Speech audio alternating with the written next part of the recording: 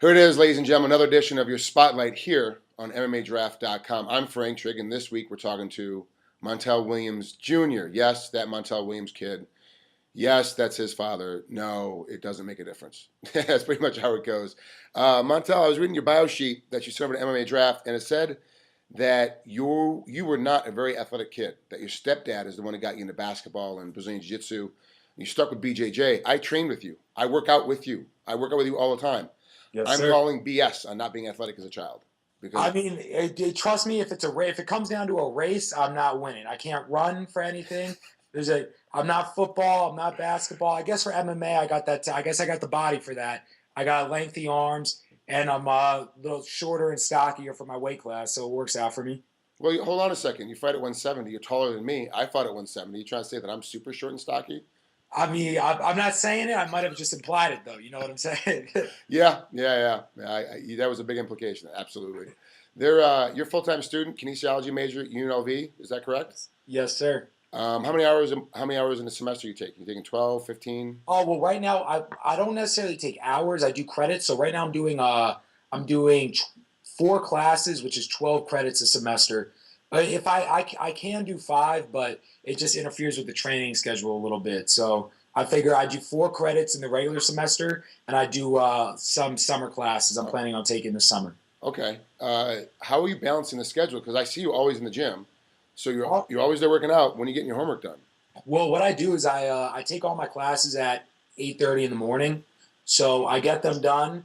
Usually, I see you around noon with Yeah. Coach Neal. So I go to my 8:30 to 9:45 class, rush home, try to make a meal, make a shake, fruit and vegetable shake. Go to the gym, get in my training for 2-3 hours, go back to school, and then back to the gym after that. So it's just basically a back and forth all day. Wow, that's actually a pretty tough schedule. That's a tougher schedule than what I thought you were handling.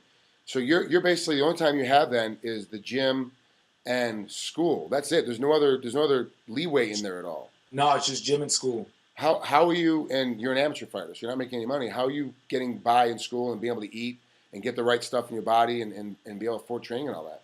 Well, luckily my parents helped me out, Okay. so I'm fortunate there. But since I do have that help, I want to take full advantage of it and not waste any of the time and make sure that I stay dedicated in school and fighting. I figure there's tons of people who make it in the sport that don't have the proper stepping stones that I've been provided with, and since I have been provided with them, I have no excuses not to make it in the sport. You're uh you have a really good attitude, and we talked about it off camera before too about the pressures of coming in and being a pro.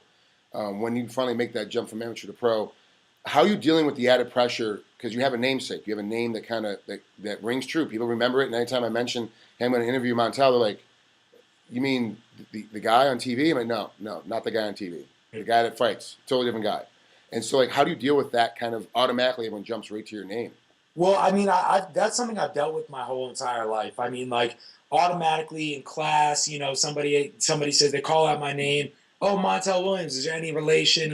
So it's just something I've learned to deal with throughout my life. And it is what it is. By the Yeah. way I'm dealing with it now is I'm making my own name. So eventually, 10 years down the road, people are going to know the name Montel Williams as a knockout artist or a submission artist or something like that.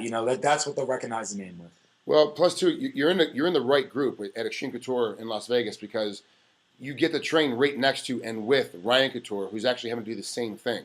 He's having to It's separate himself from his father as much as he possibly can. And it's a tough task. It's a really tough task.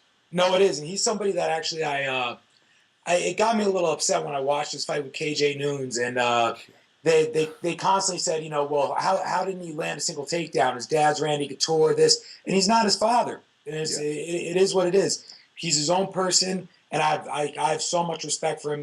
He has a hard work ethic. He's one of my role models because we go through the exact same thing, and he's a young upcoming fighter in the pro division. I think he's going to be very successful, and I'm just trying to take after him and you and all the great fighters that come out of Extreme. Well, don't take after me. Be better than me. That's my only advice to you is don't take after me. I'm Be tall, better so that's the start. and better looking. So like you're already 2 steps ahead. So it works out. Your amateur record is 1-1, and your Yep. next fight is Tough Enough on May 26th. So it's like just over at the time of this taping, a week from today, Yep. when you're gonna go fight. What happened in your last fight? Break that down for me real quick. Well, my last fight, I mean, there's what happened literally in the cage and what happened beforehand. I I went into the fight. I didn't follow my game plan at all. I was supposed to, go in, apply a little pressure, make the dude freak out, do exactly what he did, which is come forward with a lot of strikes and then take him down. I dealt with it the wrong way. I ended up just getting in a brawl. I got dropped, which would have been a 8 count in boxing or whatnot, but Right. tough enough they stopped it. And I have full respect for that too, because it's amateur. It's not worth, could have gone one or two ways. I could have gotten up the next round and won, or I could have gotten knocked out bad. So you know what?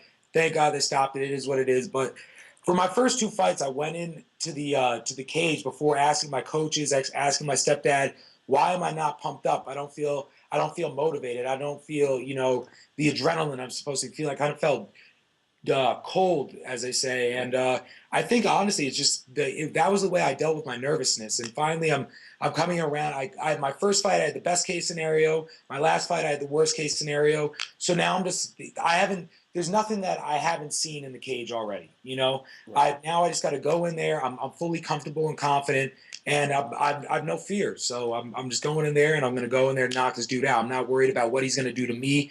I'm just worrying about what I'm going to do to him. What do you know about Jason Waywich, your opponent, next Sunday over there at Tough Enough? To be honest, I don't know anything. I know he's a lot older than me, and I know he's a gym rat. Like, not meaning in the sense of martial arts, but more in the sense of weightlifting and stuff like that. So I'm expecting a strong opponent, especially that comes with his age. And Yeah. since he has no fights, I'm just what my game plan is right now is to come out. And if you look back at my first two fights, I never initiated an exchange. I always waited for them to come to me, and then I initiated. My plan now is to go out, stick him with some hard punches off the bat, let him know that I'm the leader in the ring, and then either he's gonna cower back and I'm gonna knock him out, or he's gonna rush forward and I'm gonna take him down. So All right, that's actually a pretty good game plan, and I like too the fact that you come back, and I know this personally because I see you do it. You come back after your fights and you go, look, I don't know what I did wrong. Even in your victory, you came back and like I want to fix my issue, what I did wrong. I want to make everything better every single time, and that's really tough to teach to a lot of guys that they're already pros. That they want it, that you need to learn from your victories as much as you do from your losses, and you've already done that. With the 1-1 record, you've done it with both fights, and I'm pretty impressed with your thanks. mentality and ability to be able to do it.